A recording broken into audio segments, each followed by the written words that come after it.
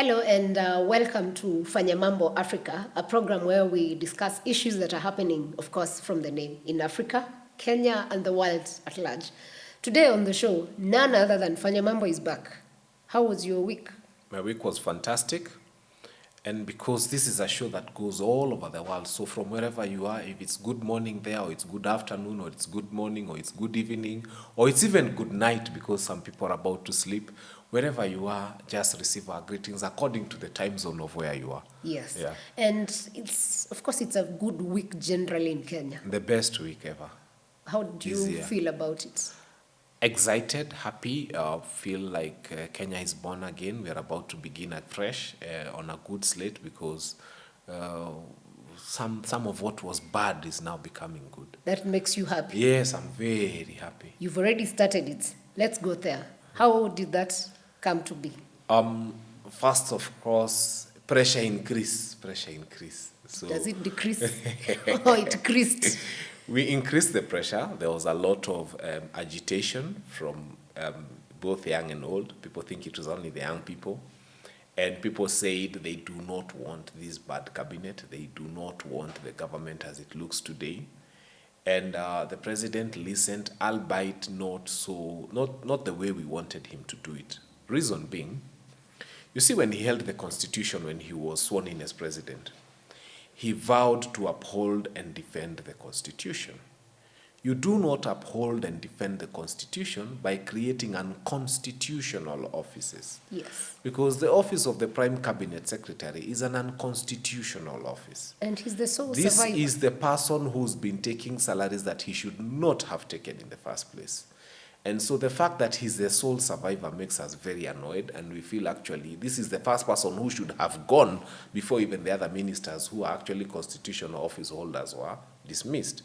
So this is the first person who should have gone home and who should not have been considered for retention.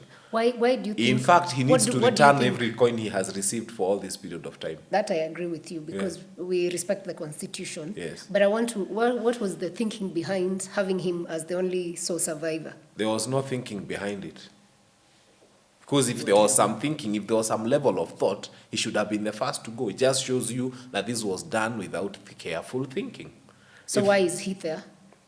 Because he's there, and we are not happy that he's there. Yeah, he's not supposed to be there. You know, there is a message that the president is trying to send. I think he's trying to send a message that in 2027, this person can be his running mate. And he's trying to show the Western Bloc that I still like your son, I'm still with him, and I want to work with him. But let me tell the president in his face, in 2027, there will be no regional blocks. There will be no voting in terms of our tribe and where we come from. No, 2027 will be a very different election. It will be about personality, it will be about ethics, it will be about conduct, it will be about so many things, but not regional and tribal considerations. So if he's thinking by retaining him there, he'll endear the Western region to him, it's not going to happen. And as Gen Zs, millennials, and generally Kenyans, we are sort of happy that he fired the whole cabinet. But do you think this was something the president really wanted to do? Of course, he did not want to fire them. These are his buddies. These are the people who helped him in the campaign. They financed his campaign. They went on car tracks. They campaigned for him in their regions. They delivered votes to him. These are people he would have wanted to keep. But they are good for him. They are not good for us. And this country is for all of us. It's not for those 22 people. So let them go home. For us, we don't even care that they are there. As far as we are concerned, let them go home. Let them all go home. In fact, he forgot his prime CS. We don't want to see him. He's not supposed to be holding that office. It's an unconstitutional office, and he should not be there. And when Kibaki was president, he sort of did the same 19 years ago. Yeah. President Ruto has done the same. How long do you think this will take before, since he didn't give us timelines in terms of when the next cabinet is coming? Again, there was no thought process because Kibaki thought about it clearly and said he needs 14 days to constitute cabinet. I'm thinking where the president right now, if you look at his room, I'm imagining this is his room. He's got a book, he's written, then you know the way you tear paper, you throw. So I think the room is full of papers all over. He's written names and thrown and written names and thrown. So let's give him the benefit of a few more days. Let's see what he comes up with. And I can tell him the one thing that Kenyans have said very clearly, hard to tacky, don't bring back any of the people whom you have removed from cabinet. Even if Kipchumba Murkomen is your friend, even if we don't want to hear. I know Kithure Kindiki is a great man, he did well, but unfortunately, he presided over the Ministry of Interior at the point in time when young people were shot on the streets. So because of that alone, because of having been the Minister for Interior at a time when young people were shot and killed on the streets, then we have no confidence in him. So that whole cabinet goes home. And some of those now we start taking to the next level. We open cases. It's not over until it's over. You cannot continue giving us donkey shit here as fertilizer and then we let you go. No. The fact that you've been fired from cabinet is not enough. Yeah, you'll have to tell us where the Russian fertilizer went because it disappeared too, like a sneeze in the air. We are not going to allow that. So we want to know where the fertilizer from Russia went to. We want to know where the affordable fertilizer came from and who was the source and everything. So we need to start prosecuting these ministers. So that's the issue of accountability coming in. Yes. So as Kenyans, as Kenyans generally, where do we start? Because of course we need to hold people accountable. So, but where do we start? There are so many ministers who had issues, even when they declared their wealth joining vis-a-vis where they are now. If we had to do a lifestyle audit, that of course will be different. But where do we start in terms of accountability, holding these ex-CSs accountable? Number one, we'll start this morning in traffic. Please do not switch on your siren. You are no longer a minister. Now you stay in the jam like everybody. That's where you start, so that you remember now you're a citizen, ordinary citizen. Number two, the next thing is we don't need a lifestyle audit. We can already see you're giving 20 million in Harambes and we know what your salary is. We can already see you're driving a 2024 car that is worth over 30 million. You'll tell us where you got it from. We can see your wristwatch. We can see the shoes you're wearing. The palatial home, we can order through the courts to get a statement of your bank account and you tell us where you have $1 billion from and your salary is known. So we will not allow these people to come and think that it's business as usual. In fact, now we are taking it to the next level. Constitute IBC quickly. The MPs who voted yes, we have a date with them. We don't want to wait for 2027. I want to know, before getting to IBC, because that's something we're looking at, in terms of holding these ex-CSs accountable, who is responsible taking them to court, for instance? That should be the Director of Public Prosecution's work. However, we will first prosecute them in the court of public opinion. We will post photos of their cars, we will post photos of their houses. Kenyans are very good at that. We will post everything we think they own. The good thing is every time there's a building coming up, even a tall building or a shopping center, it's usually associated with someone. Fulani. We shall take photos of that Fulani's apart. Those you saw in Thika, some people took photos of a school alleged to have belonged to a member of parliament from that region, and they said people should remove their children. The school is now empty because it's built on proceeds of corruption. So there is a lot of things that Kenyans are going to do. We look at you and you say you own these premises. Yeah, it's 14 floors. Yeah, we'll tell Kenyans to occupy at their own peril. So you'll have a 14-floor building that nobody will ever occupy. And that's what we are going to do. So in the court of public opinion, we will first prosecute you as we wait for DPP to prepare their files. And next now, of course, now the president cannot work without a cabinet generally. Mm-hmm. So what do we expect of the next cabinet? Number one, no recycling. Anybody you fired, don't bring back. That's the first rule. Number two, we are not looking at the usual perennial names because now they'll start trying to look for very old people from here and there. No. We want fresh blood. Number three, we are looking at stories of meritocracy, competence, purely. Hii maneno ya kuletewa mtu wa standard 3 mnaanza kuambiwa kuna certificate inatafutwa. That nonsense we are not going to accept as Kenyans. They have to be qualified. The law says a degree holder. The law has been very clear. We know what it's required of a cabinet secretary. So we are not going to have cabinet secretaries who when they speak, they are the laughing stock of everybody. Cabinet secretaries who have no idea. So we want people who are so brilliant, people who have a proven track record, and people who have good hearts. Because some people are brilliant, but they have bad hearts. When fuel becomes expensive, they tell you to go and dig your own well. Those are the kind of people we don't want, who are careless and callous and who talk down on people in very condescending tones. So he has to give us a cabinet that means well for this country, and a cabinet that has proven that they think and wish and want well for Kenya. And of course, he fired CSs and was left with PSs and all these other directors that run ministries. Are we saying that the crop that was left of PSs now survives? No. We are coming down. We're just waiting for him to appoint cabinet. We cannot obviously have the same PSs. There's nothing good that has come from them. So they should start preparing for their exit, and a safe exit for that matter. If they've stolen public resources, they find a way to return that money very quickly. Because once we are done with ministers, we shall come back to the president and tell him we have no confidence in your CSs, and then you have to reconstitute the parastatals. A lot of gazette notices are going to fly here and there because some of those heads of some parastatals and directors and heads of procurement, they have to go home and we get new blood. Yeah. So does it mean that the president was ignorant? Because in the last, say, 2 weeks, he's made so many statements, killed some parastatals that were inactive or not making any value for Kenya. Does it mean he was just ignorant at some point, or what was that made him not work? First and foremost, you cannot kill a parastatal. A parastatal is a creature of parliament. It is created by an act of parliament. So you cannot wake up and say, I have removed a parastatal from the books of Kenya. It's not possible because it is constituted by an act of parliament. That's how you find a parastatal existing. So if it is constituted by an act of parliament, it would have to be removed through an act of parliament. And parliament is on recess. So all those parastatals are still there. The president has been in government for a long time. You know, since 1992 Youth for Can. The president has been around for a long time, and he knows. I don't even know why he makes some of these statements, because they make him look like he doesn't know what he's saying.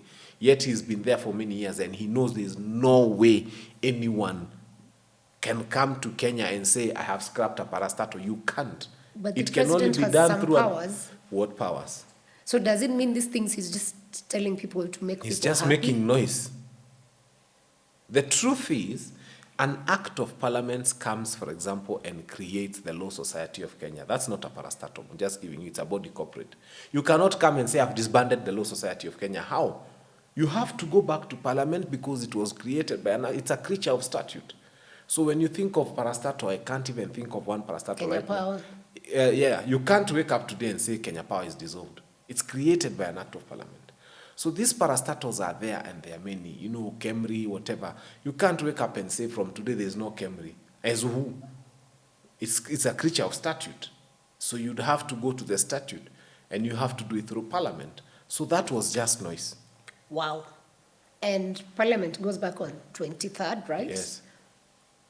What business does parliament start with? Because now then, if some of those pronouncements are not practical, and of course we do not have a cabinet, which of course they also have to vet, what business awaits parliament technically? Let them start with finance bill.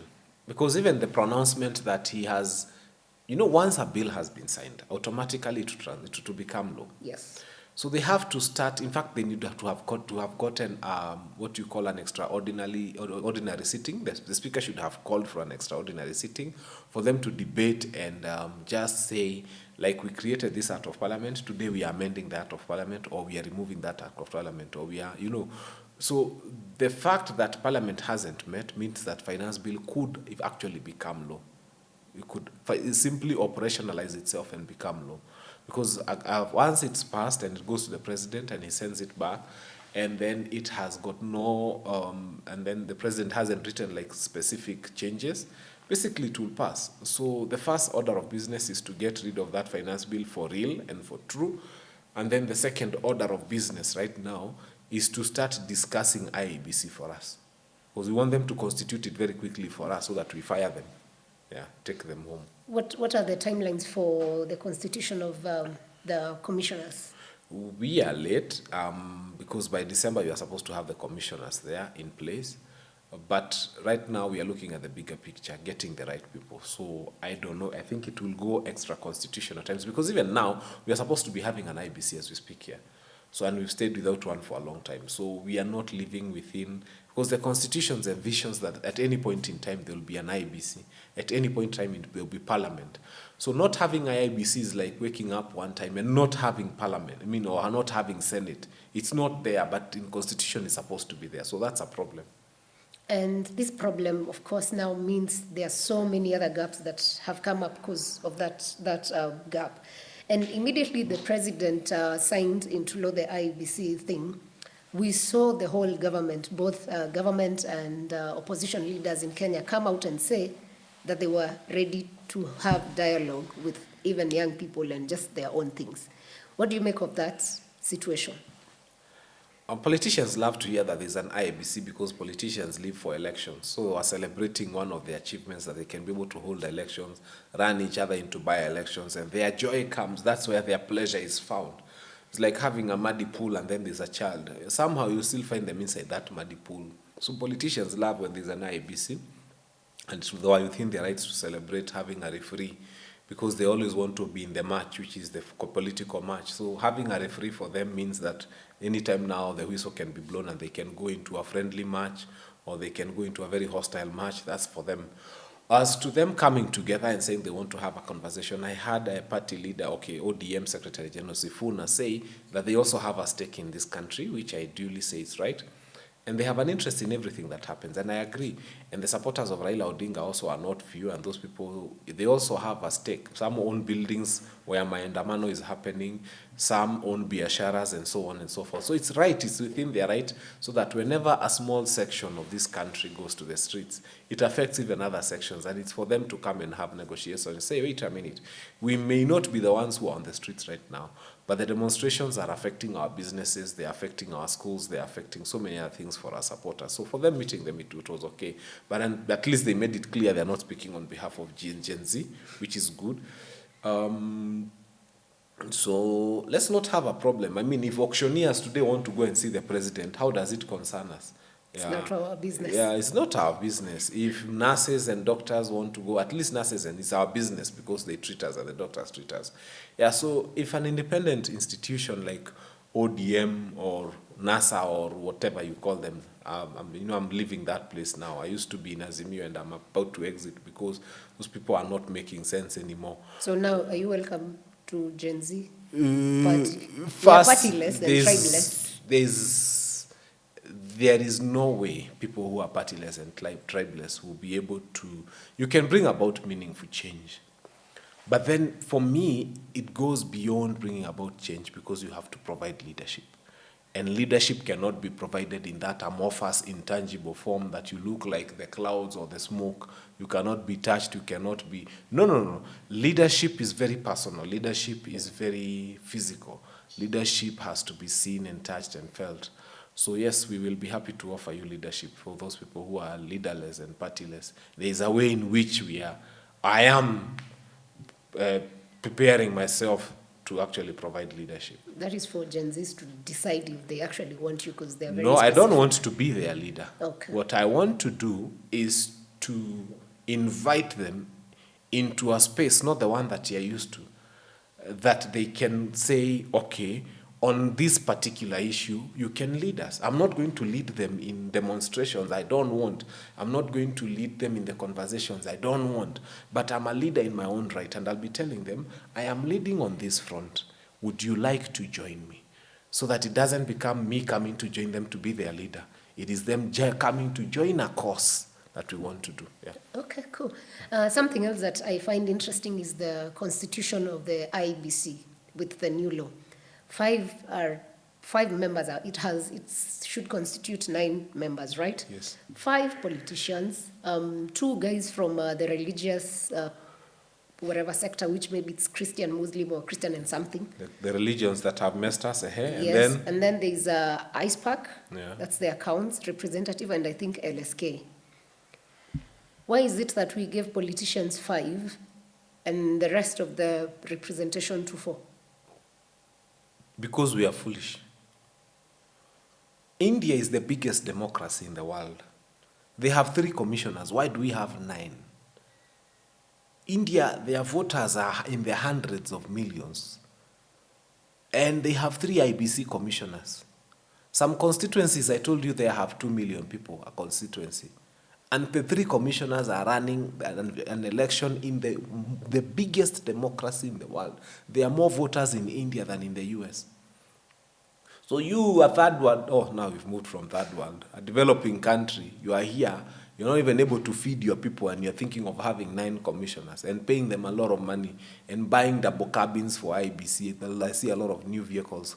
It's a lot of wastage, if you ask me. The conversation here should be, let us be moral people. I mean, you saw what is happening in Europe. People are having elections even by the post office. People are having electronic elections. And you will never hear a mad Frenchman who voted twice.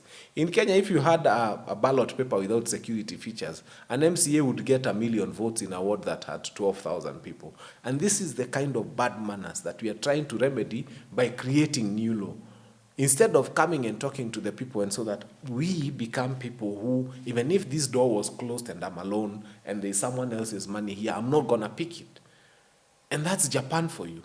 If you drop your wallet in a pub, you'll find it at the counter with all your money. Here in Kenya, not just dropping, even from your pocket it will be removed. So this is the bad manners that we need to take to get away from. That you have to have commissioners, and then you get somebody from accountants, you get lawyers, you get priests, you get doctors. You're about to even get auctioneers to auction whoever does not follow the law and to put them in the IBC. By the time, they started as 5, they went to 7, now they are 9. Before you know, we shall have 13, because you always have to have an odd number. Yani you are so horrible in your conduct that you even have to have an odd number to help you in voting. I think the software that is Kenyan has to be changed, so that we have good manners regardless of whether we are being controlled by the law or not. Yeah. Okay, that's interesting. I just needed to know, did it have to take 5 politicians, rather people from the political sector? It's because they don't agree. Government wants to have 2 people. Opposition wants to have 2 people. And then there was one that I don't know was coming from where. But even after they are done with that, they will realize that that's not what will deliver a credible election to them.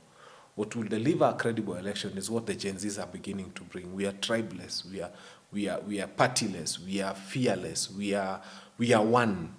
This is what will change this country. That if I compete with you and you win, I'll say hello, I'll say congratulations, and I'll let you be. Without me thinking that we are competing at night, I'll get some young people to come and ban some polling stations where you're popular, throw away your votes. This is the bad manners, that I have to be MP regardless of what happens.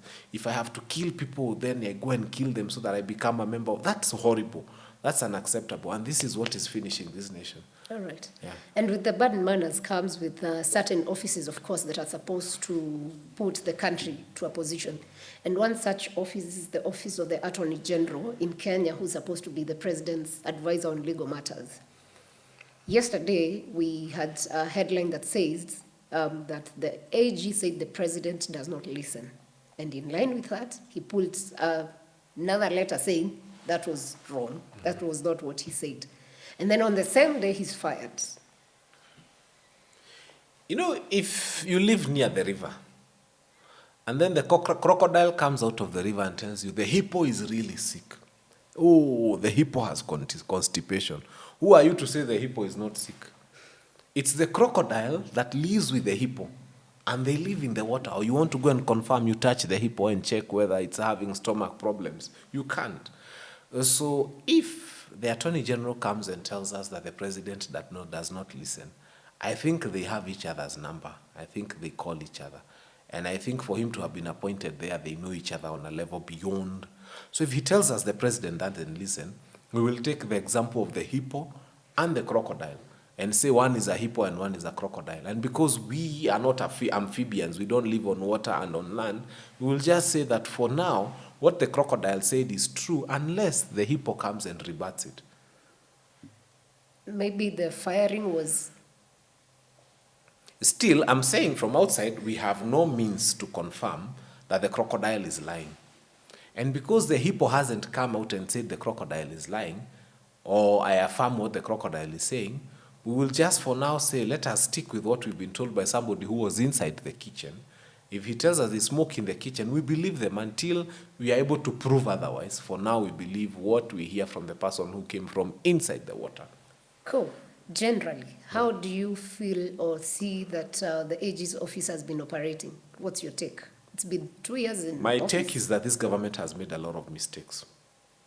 Legally, starting with having a prime cabinet secretary who should not have been there, to shooting young people and not making an apology, to board appointments that do not show regional balance, and so on and so forth. They've made many horrible legal mistakes. If I was an AG, I would be ashamed.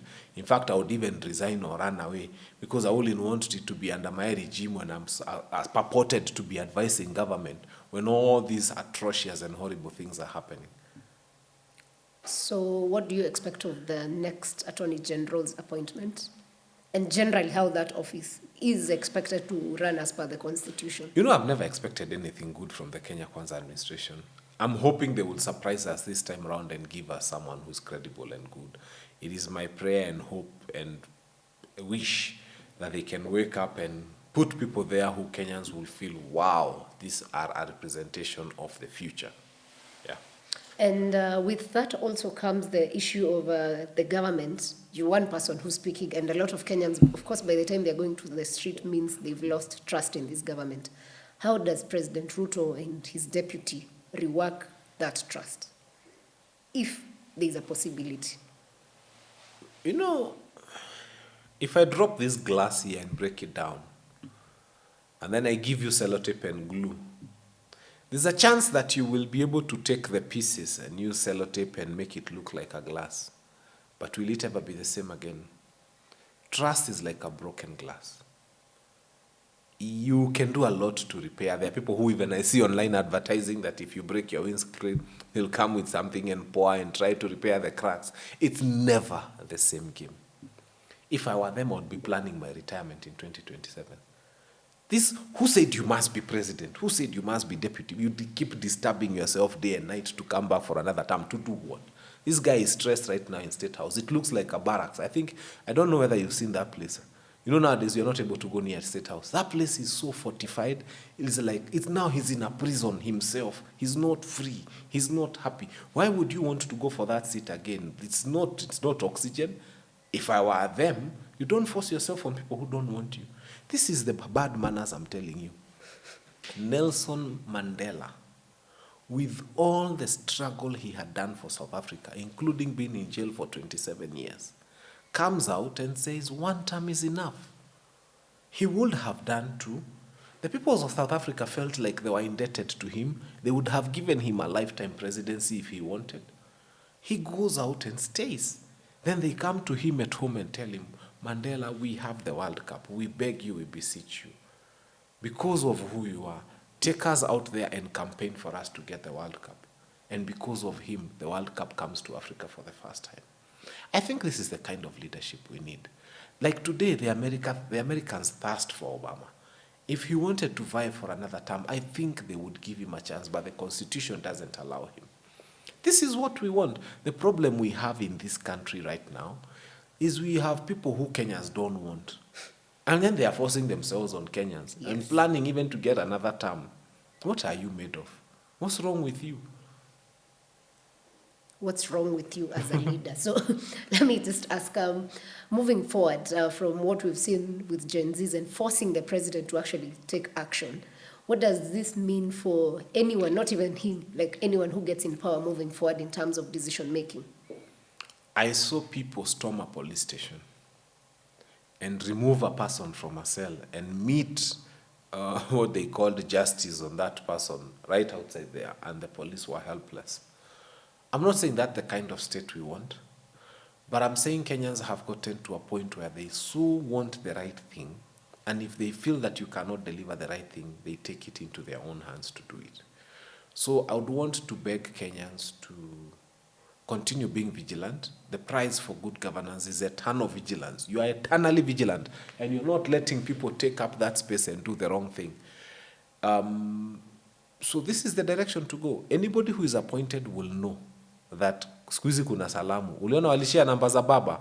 They took Raila's numbers, they took they took their numbers and they shared. And they said for the first time he switched off his phone because it won't stop ringing. Yeah, I told people you'll get 3,000 messages per second. It will be an avalanche of hello, hello, hello, hello, hello, hello, hello, hello, hello, hello, hello, hello, hello, hello, hello, 3,000 messages per second, and there's nothing you can do about it. You can only switch off your phone, and then you restore factory settings.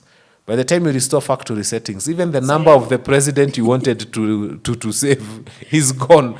So this is what will be the new look of being a leader in this country. This is the being new norm. Thoroughly and completely accountable to the people.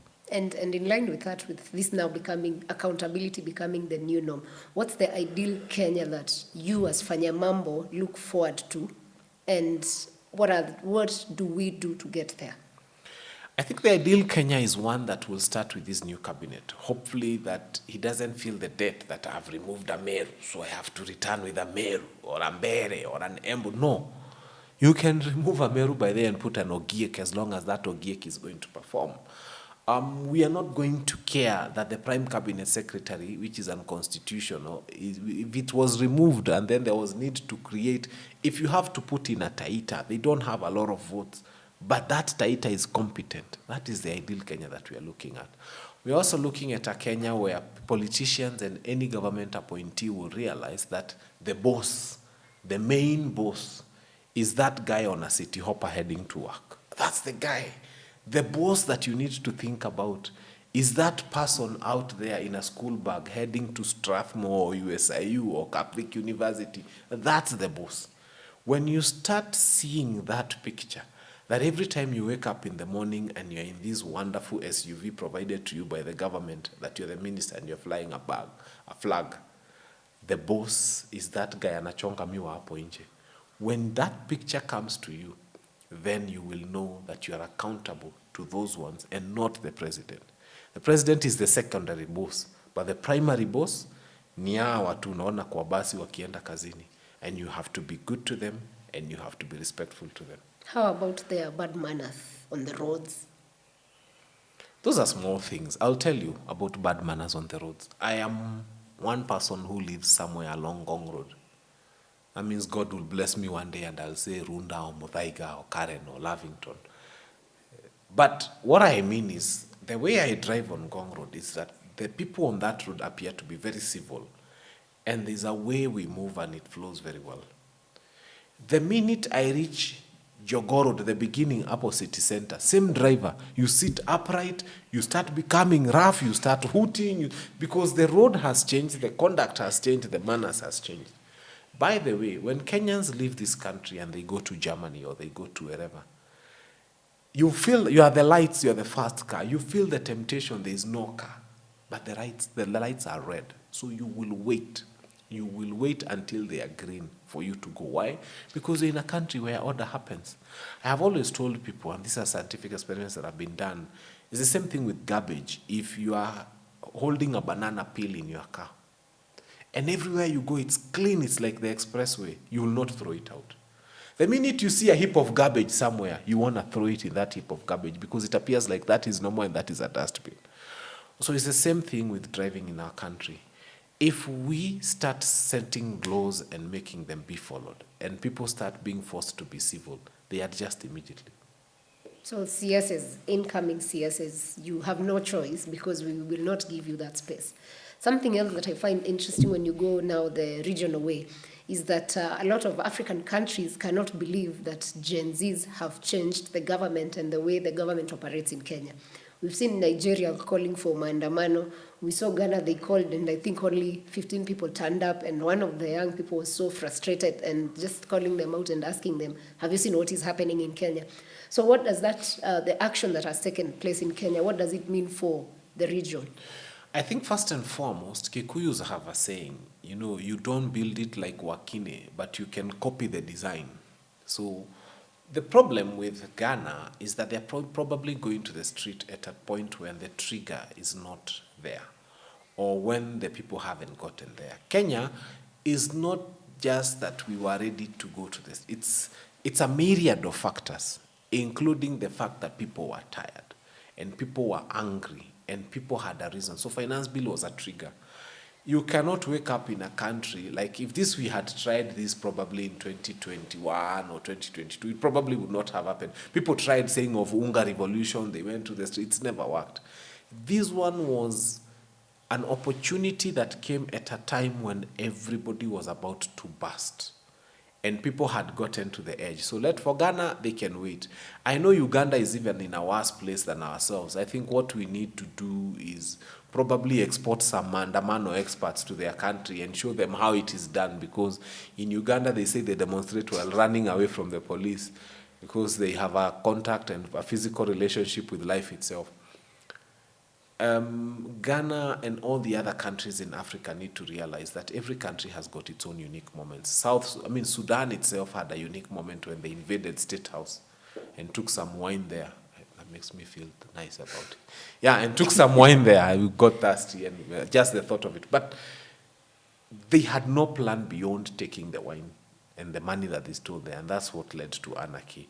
So I would also ask Ghana as a country, is it the right thing? Are you doing it because it's happening in Kenya, or are you doing it because genuinely the people feel that maybe they just needed inspiration to do it? Maybe they're even at a worse situation. Actually, they're at a worse because they had their IMF issues and it was bad than Kenya. Yeah. So maybe it's just the inspiration. However, that's just looking at it from a citizen's perspective. How about in terms of leadership?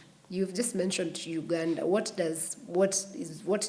our President Ruto has gone through, what does it mean for Museveni? What does it mean for Dumaye? What does it mean for Ramaphosa? Anyone else who's a president? Museveni is a unique case. He behaves like the Queen of England. You want to be in the seat until you die. I don't see the difference between Museveni and the Queen of England, because both of them are never elected by anybody. The Queen of England, I don't know who voted for her, and she was there for a very long time, trying to boss and lord over people who never voted for her. Museveni is the same. Who votes for him? It's usually a sham of an election, something that looks like an election. I think Uganda is in a very difficult place, and it's a case study of how never to govern a country and how never to stay on a seat for longer than people want you to stay there. And there's nothing as bad as having people always praying for your demise. Every morning they wake up, like when they're praying for tea, they even pray for your demise because they think it's the only way you are going to exit from the scheme. I think African leaders need to get there to realize, I saw one here telling us about a 7-year term, and Kenyans are telling them, hata hii ya kwanza, even this first one is a problem. So I think we need to trim those leaders and to remind them that these seats belong to the public. They are not theirs, and they are not doing people a favor anyway by leading people. No.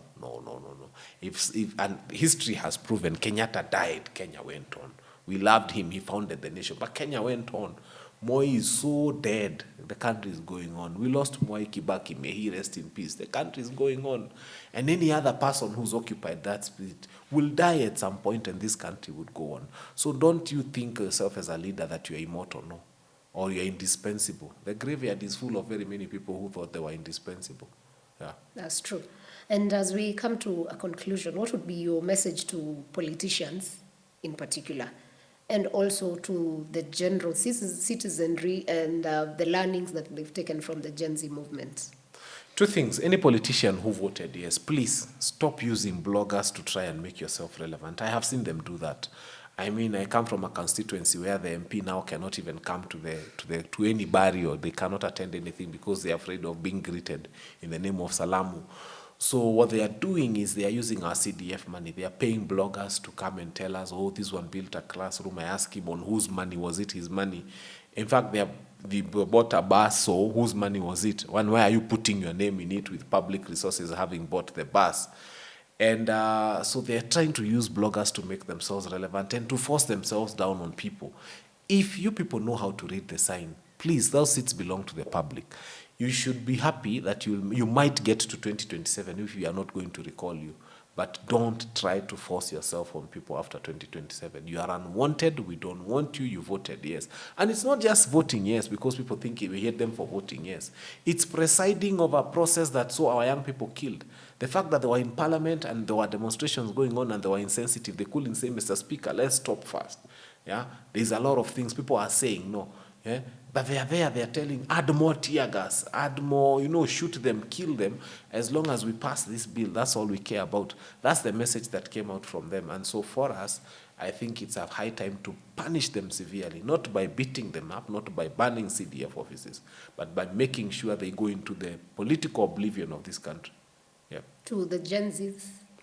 To the Gen Zs, I'd like to tell you something. I have sat on a few shows with them, and some of them speak and as though they are the only people who've done a revolution in this country. I sat at Bombers 1, 2, and 3 when Kenya was reviewing her constitution, and I was 2021 as the only observer on behalf of the youth in Kenya. And between that, we have fought. You know what Gen Zs don't know? Let me tell you, if you're a Gen Z and you're listening to me. In the 90s, there was a president called Moi. You people read about him in history books. And he had places called torture chambers. And those torture chambers were crazy. They were Uko Nyayo House, they are known downstairs. And when you went there, all sorts of atrocious things would happen to you. People used to look left, you look right, and then you whisper, Moi. You would never talk about the president the way we say, Ati Ruto, on TikTok and all. That was not possible. You draw Moi in a cartoon like this.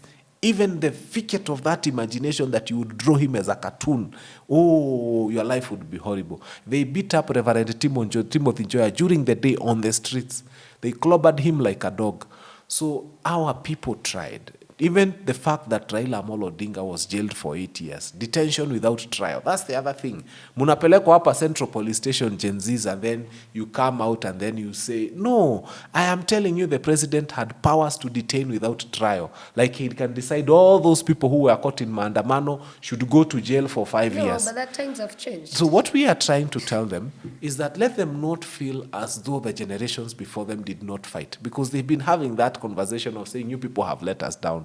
They need to know that very many people were killed. Very many people disappeared without a trace. Very many people were maimed. Very many people cannot tell where their fathers are up to date under the Moi regime. And those people fought a bigger fight than they are fighting now. So things are better now that you can wake up and tell the president, you call him Baba Shalin. If you tried that under Moi, I don't even know whether you would even forget that there was one chicken in your compound, because everything would be swept in that place.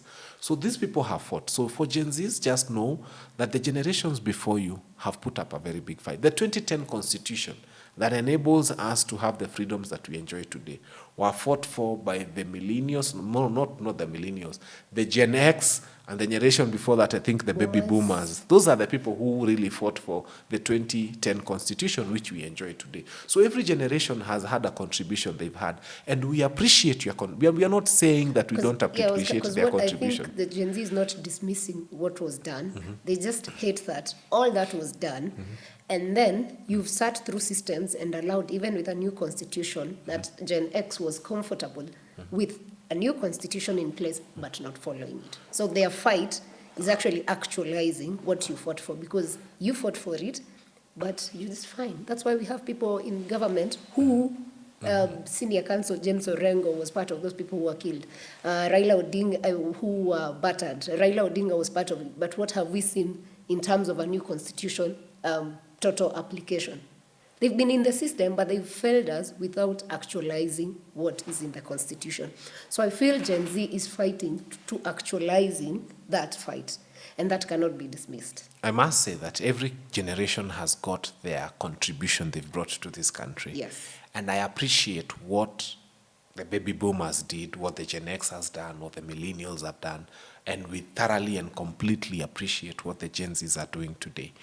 I think what is required, and I sit in a very interesting place, is a hand that stretches out in both directions. And I'm a millennial who is happy, because I see the deficit on the part of the Gen Zs, and I also see the deficit on the part of the older generations. And there's a huge disconnect. And it is incumbent upon us now, millennials, to bridge that gap, because we are in a place as millennials, because very many of us are on the streets, where we can be extremely hostile and rough and combatant like the Gen Zs, but also at the same time we have got the capacity to be mild and composed and to think about tomorrow. Because I keep telling people, the fight you are fighting for so that your children will be happy tomorrow is the same fight that you are fighting so that your retirement will be a peaceful one. So when I talk of 20, 30 years from today, I'm talking of me being in my 70s, 80s. If I'm going to be my 60s, 70s, 80s, I want a peaceful retirement. So I have a future in this country, and I have a stake, and I want this country to be okay when I'm 70, because sitakuwa na nguvu ya kukimbia. The same way I want it to be good for my children so that they will have opportunities when they are in their 20s and 30s and working. That's true. And I think as we tell Gen Z, congrats for pushing. I think they're saying now Gen Z is a mind. It's in the mind, because I've seen very old people saying they are now Gen Zs. So congrats to Gen Z. Something else I feel that millennials generally don't get is that they started the online fights on social spaces, because yes, they're the guys who, where social media became big in their presence, like spaces like Twitter, where serious conversations started, and ministers could actually respond to such things. Even they kicked out the president at some point. So millennials, you've done your part, and I think we all we have to keep fighting for a better Kenya, because, as you've said, it's good for us now, it's good for our future in our retirement. So thank you for being on the show. Maybe with us the last today. thing, Yes. that's the last thing I'd like to say. I told Kenyans I've refused to renew my passport. The reason I have refused to renew my passport is so that we all remind ourselves that we belong to this country. And those people with passports are not more than 10% of this country. Probably, yes. Yes, maybe even less, maybe even only 5%, which goes to tell you that if we ban this country, some people, even if you told them that if you ban this country, the only hope for them is to get to Mombasa, hata hiyo affair kwenda Mombasa, they don't have. So I wanted to put myself in that class of those people who, if things were to go wrong, they would have nowhere to go, and they would have no way to leave the country, and they would not even have the fare. I pray that I will always have the fare and not use it. So, but the thing is, let us think that way. Let us imagine that we all didn't have passports. Let us imagine that we all didn't have visas to other countries. Let us imagine that all other countries are hostiles, they would not want to accept us. When we think that way, then we shall not create the anarchy that would burn this country to a point where we feel that we no longer have a country. So that's why I said I don't want to renew my passport, because I don't want to feel that I have the capacity to run away. I want to be like those Kenyans who've never owned and had a passport. And I want to be in that space where we are saying, we are all in this. There's no running away. There's no coming out. Tulipe deni ya wa China pamoja. Asante. Thank you so much. That's a nice place to end it. And with what he said about kulipa deni, we are hoping that we will get the audit done of the public debt, so that we also know hii deni tunalipa hadi lini. It's very important. Thanks for being with us on the show. We hope to see you on the next one. Please do remember to comment, share, like, and subscribe, and become part of our family. And yeah, we'll continue sharing more. Thanks. See you.